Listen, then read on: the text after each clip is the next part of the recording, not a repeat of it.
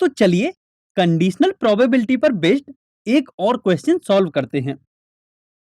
इस क्वेश्चन में हमें मदर, फादर एंड सन को फैमिली पिक्चर के लिए रेंडमली लाइन अप करना है।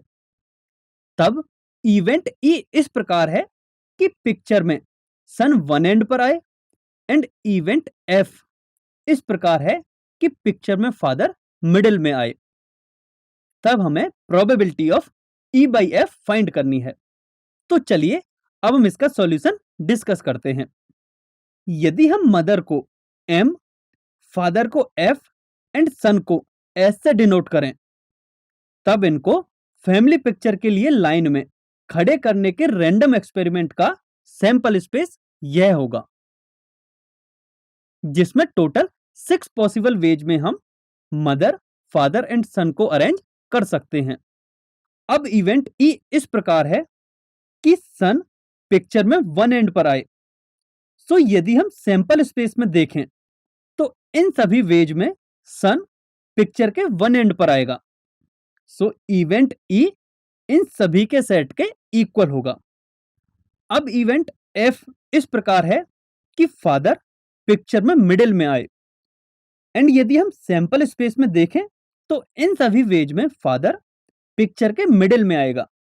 सो इवेंट एफ इस सेट के इक्वल होगा। अब हमें probability of E by F find करनी है, जिसे हम फॉर्मूला के फॉर्म में कुछ इस तरह से लिख सकते हैं।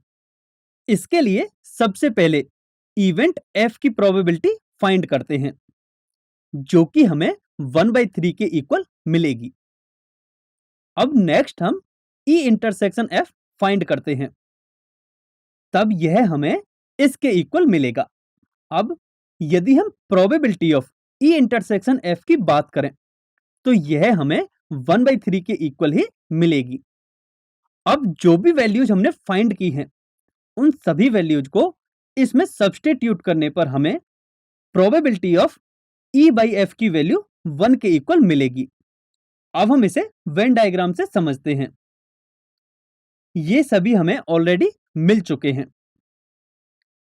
अब सैंपल स्पेस एस में दो events E and F define हैं। Event F and E intersection F के एलिमेंट्स देखें तो ये सेम ही हैं। सो इन्हें वेन डायग्राम में हम यहां लिखेंगे। इवेंट ई के लिए देखें तो इसके रिमेनिंग एलिमेंट्स को हम इस तरह लिख सकते हैं। अब यदि हम सैंपल स्पेस के एलिमेंट्स को देखें तो इन दो एलिमेंट्स को अभी वेन डायग्राम में कहीं भी नहीं लिखा गया है। सो ये दोनों एलिमेंट्स किसी भी इवेंट के पार्ट नहीं हैं। सो इन्हें ई एंड एफ को रिप्रेजेंट करने वाले सर्कल से बाहर, लेकिन सैंपल स्पेस के रेक्टेंगल में कहीं ना कहीं लिखना होगा। तो हम इन्हें कुछ इस तरह से लिख सकते हैं। अब हमें probability of E by F find करनी है, अर्थात हमें इवेंट एफ के होने के बाद इवेंट ई के होने की प्रोबेबिलिटी फाइंड करनी है। एंड हम वेन डायग्राम से भी देख सकते हैं कि यह हमें 1 के इक्वल मिलेगी।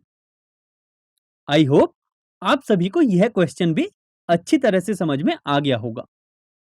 तो बच्चों, अभी तक आप में से काफी स्टूडेंट्स को यह डाउट आ रहा होगा कि यदि हमें एग्जाम में इस टाइप का क्वेश्चन मिले तो हम उसे कौन से अप्रोच से सॉल्व करेंगे। क्या हम उसे वेन डायग्राम से सॉल्व करेंगे या फिर उसे मैथमेटिकल अप्रोच यूज करके सॉल्व करेंगे।